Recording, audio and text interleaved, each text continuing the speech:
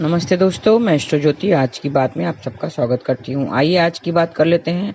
आज बड़ा ही अच्छा दिन है, रविवार का दिन है। रविवार में सूरज की ऊर्जा लेने के लिए आपको सूर्य को अर्घ देना है। सुबह उठकर नहा धोकर स्वच्छ कपड़े पहनकर तांबे के लोटा लेकर उसमें गंगा जल डाल सकते हैं, अक्षत डाल सकते हैं, फूल वगैरह, लाल फूल डाल सकते हैं, गुड़ डाल सकते हैं। ये सब डाल के हाथ ऊपर करके ओम घृणी सूर्याय नमः करके आप जल डालिए, अर्घ डालिए और ध्यान दीजिए आप जो अर्घ डाल रहे हैं आपके पैरों पर नहीं गिरना चाहिए।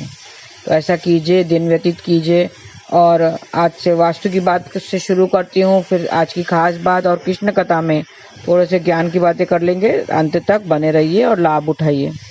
वास्तु की बात कर ले तो हम सिरों की बात कर रहे हैं। अब थोड़ा सा दिशाओं की बात कर लेते हैं। दक्षिण और पश्चिम में खिड़कियां नहीं होनी चाहिए। खिड़की की बात करते हैं, दक्षिण और पश्चिम दोनों दिशा बंद होनी चाहिए। वहां पे खिड़कियां नहीं बनानी चाहिए, इससे वास्तु दोष लग जाता है। ये थी वास्तु की बातें। अब तिथि और योग की बात कर लेते हैं। द्वितीय तिथि आज देर रात 3:27 तक रहेगी और आषाढ़ महीना शुरू हो चुका है। कल से आषाढ़ माह शुरू हो चुका है, तो आषाढ़ का आज दूसरा दिन है।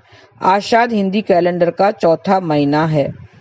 गर्मी से आषाढ़ महीने में राहत का आसार होता है। आषाढ़ महीना चालू होने से वर्षा ऋतु चालू हो जाती है।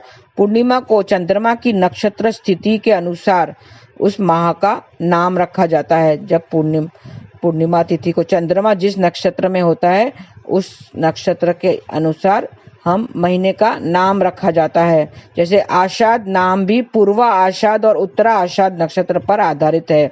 अभी जो नक्षत्र चालू है वो पूर्वा आषाढ़ और उत्तरा आषाढ़ नक्षत्र है और चंद्रमा पूर्वा आषाढ़ नक्षत्र में था, इसके लिए वो महीने का नाम आषाढ़ रखा जाता है। आषाढ़ पूर्णिमा पर चंद्रमा इन्हीं दो नक्षत्रों में से एक में रहता है।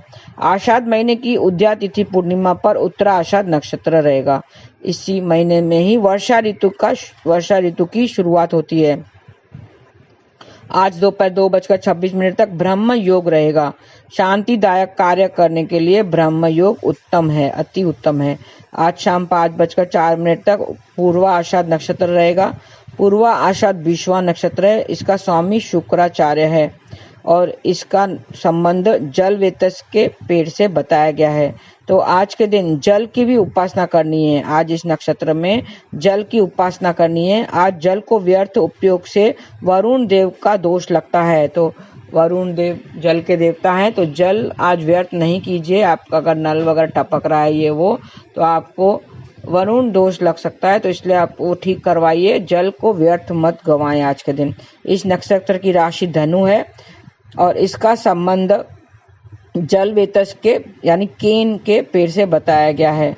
तो आज जल वेतस के या केन के पेड़ की उपासना करनी चाहिए। उसे किसी प्रकार का नुकसान नहीं पहुंचाना चाहिए और किसी प्रकार से उसका उपयोग में नहीं लाना चाहिए। किसी नदी या तालाब के पास जाएं और जल को हाथों में लेकर वरुण देव का ध्यान करें और जल को धीरे धीरे करके तालाब या नदी में डाल दें। तो ऐसे दाम्पत्य जीवन मजबूत होगा, दाम्पत्य रिश्ते मजबूत हो जाएंगे।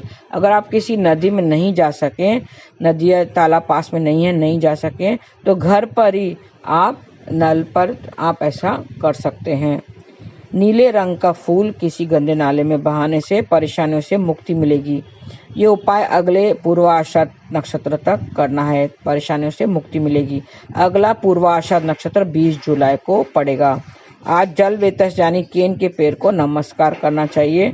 आपको जीत चाहिए किसी में, आपको अगर जीतना चाहते हैं तो आज जल वेतस यानी केन के पेड़ को नमस्कार करें, उसकी जड़ में पानी डालें तो आपकी जीत निश्चित होगी। जल वेतस के पेड़ को किसी प्रकार का नुकसान नहीं पहुंचाएं। आज जल वेतस के पेड़ को नमस्कार करें। रात को 2 कपूर और रौली सिरहाने रखकर सोएं और सुबह उठकर अगली सुबह कपूर घर के बाहर जला दें और रौली पानी में डालकर सूर्य देव को अर्पित करें। आप नहा धोकर उसके पानी में रौली डालकर सूर्य देव को अर्पित करें तो दाम्पत्य जीवन में खुशहाली छा जाएगी।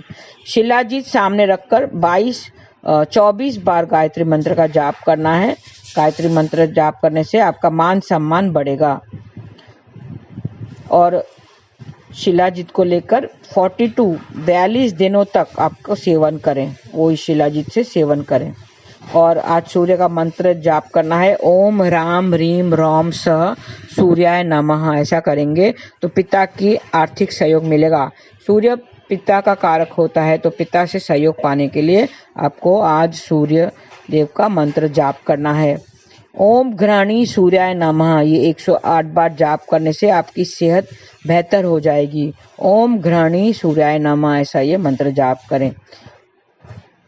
और आज सूर्य देव को जल अर्पित करना चाहिए, तो पॉजिटिविटी ऊर्जा आएंगी, घर में पॉजिटिविटी बढ़ेगी। जल में एक लाल फूल डालकर सूर्य देव को चढ़ाएं तो सारी समस्याएं दूर हो जाएंगी। सूर्य देव को प्रणाम करके आदित्य हृदय स्तोत्र का पाठ करना है। संडेज को, रविवार के दिन पे आदित्य स्तोत्र पाठ करना बहुत ही उत्तम माना जाता है, तो आदित्य स्तोत्र का पाठ करें तो सारी आंख संबंधित परेशानियां दूर हो जाएंगी, आंखों से संबंधित परेशानियां दूर हो जाएंगी। तो ये छोटे से उपाय थे जो आज सूर्यदेव रविवार के और पूर्वाषाढ़ नक्षत्र के सहयोग से आपको बताए हैं। आज के दिन द्वितीय तिथि पर छोटे बैंगन का सेवन करने से बचें, ये नरक के प्राप्ति के समान होती है। तो ये थी आज की खास बातें। अब थोड़ी कृष्ण कथा में हम भक्ति की बात करते हैं। हम कहते हैं कि भक्ति करो, भक्ति करो। आप अपने कर्तव्य तो निभाते हैं, सब अपने अपने कर्तव्य निभा रहे हैं। जिसको नौकरी पे जाना जाते हैं, बच्चों को पालना, घर बार संभालना, सारे खाना बनाना, खाना खिलाना, सब आप अपने कर्तव्य तो पालते हैं, लेकिन उसके साथ में भक्ति करना भी जरूरी होता है। चाहे कोई भी उम्र हो, ऐसे नहीं होता कि अभी हमारी उम्र थोड़ी हुई है, जवान है आप, तो जरूरी नहीं है कि जवान में पूजा पाठ नहीं करते हैं, जवान लोग भी करते हैं। जवानी में ही करना चाहिए, क्योंकि बुढ़ापे में हमारे हाथ पैर चलेंगे कि नहीं पता नहीं है, हम किस हालत में होंगे हमें पता नहीं है, हम भक्ति कर सकेंगे कि पता नहीं है, लेकिन वो बहुत लेट हो जाएगा, वो स्टेज बहुत लेट हो जाता है। तो शुरू अभी से ही करते हैं। अगर आप जवान हैं, टीनेजर्स हैं, तो अभी से ही शुरू करना चाहिए। बच्चों को भी आजकल भक्ति कराने की आदत डालनी चाहिए कि उठ के सुबह नमस्कार करें, सूर्य देव को प्रणाम करें। ये तो छोटी छोटी बातें। अब या खाना खा रहे हैं तो आप प्रणाम करके अब खाना खाएं, उसको थैंक यू बोल के, थैंक यू। आजकल तो स्कूल में भी सिखाते हैं prayer before meal, prayer after meal. तो ऐसा आप खाने के पहले, खाने के बाद में हाथ को जोड़कर प्रणाम करके खाना खाएं।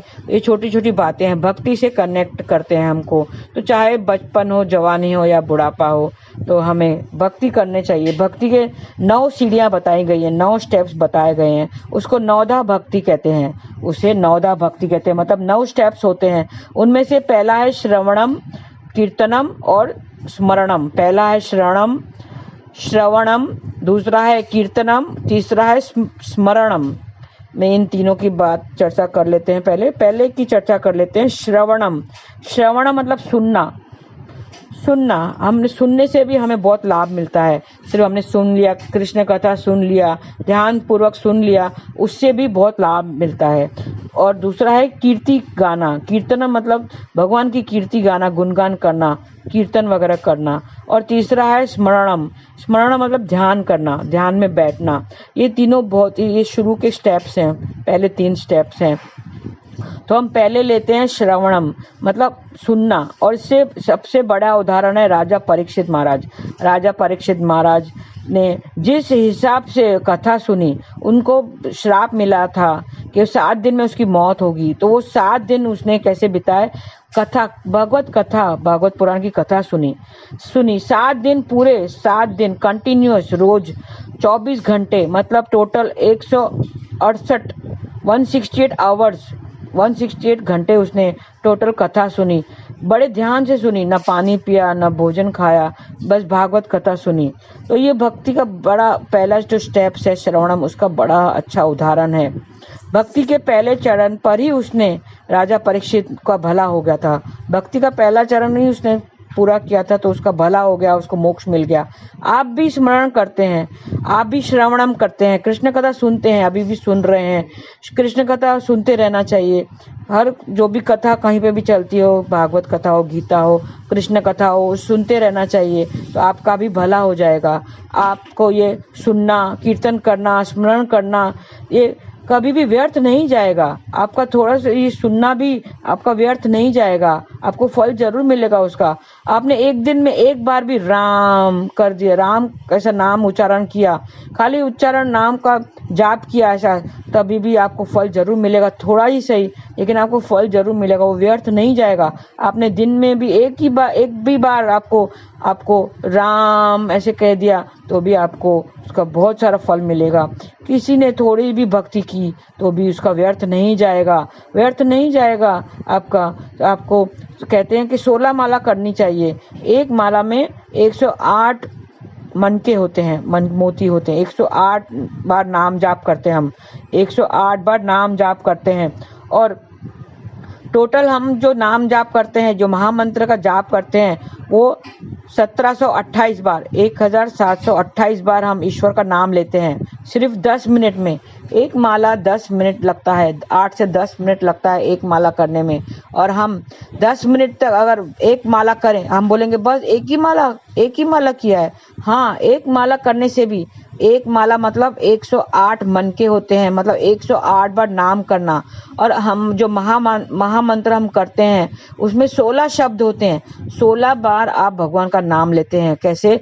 हरे कृष्णा कृष्णा कृष्णा हरे हरे, हरे रामा रामा रामा हरे हरे। तो ये 16 अक्षरों वाला जो महामंत्र है, इसमें मतलब एक बार में एक मनके पर आप 16 बार भगवान का नाम लेते हैं। ये 16 बार भगवान का नाम लेते हैं, 108 मनके होते हैं, मतलब 108 × 16 हम करेंगे तो 1728, मतलब 1728 बार आपने भगवान का नाम लिया। अगर आप एक माला करते हैं तो सोचो, अगर 16 माला करेंगे तो कितना होगा? 27,648, 27,648 बार आप एक दिन में अगर 16 माला करते हैं तो आपको उतना पुण्य मिलेगा। आप उतनी बार भगवान का नाम लेंगे तो कितना लाभ होगा आप ही सोच सकते हैं। तो आज ही एक माला से, अगर आपने शुरू नहीं किया है अब तक, तो एक माला से आप शुरू कीजिए, सिर्फ एक माला, और धीरे धीरे करके बढ़ाते बढ़ाते 4 माला, 8 माला, 16 माला तक पहुंचे तो आपको कितना लाभ होगा, आपका तो मोक्ष निश्चित है। फिर आप ये जीवन मरण के चक्करों से बच सकेंगे। तो आप एक माला जरूर कीजिए। एक माला मतलब 108 बार आप भगवान का नाम लेते हैं, और एक बार में आप 16 बार नाम लेते हैं, तो मतलब आप 1728 बार एक ही माला करने में आपको एक दिन में 1728 बार आप नाम लेते हैं, तो सोचिए आपका कितना भला होगा। और श्रवणम, कथा सुनने में भी आपका भला होगा। कथा सुनते रहिए, कहीं पे भी कथा होती है, भागवत पुराण, भागवत गीता या कृष्ण कथा, कहीं पे भी आप कथा सुनते हैं तो श्रवणम उसका पहला स्टेप है। नवधा भक्ति का पहला स्टेप है श्रवणम। तो सुनने से भी आपका भला होगा। तो सुनते रहिए, नाम जाप करते रहिए। हरे कृष्णा कृष्ण कृष्ण हरे हरे, हरे राम राम राम हरे हरे। आज का दिन बस इतना ही। धन्यवाद। आपका दिन शुभ रहे। हरे कृष्णा।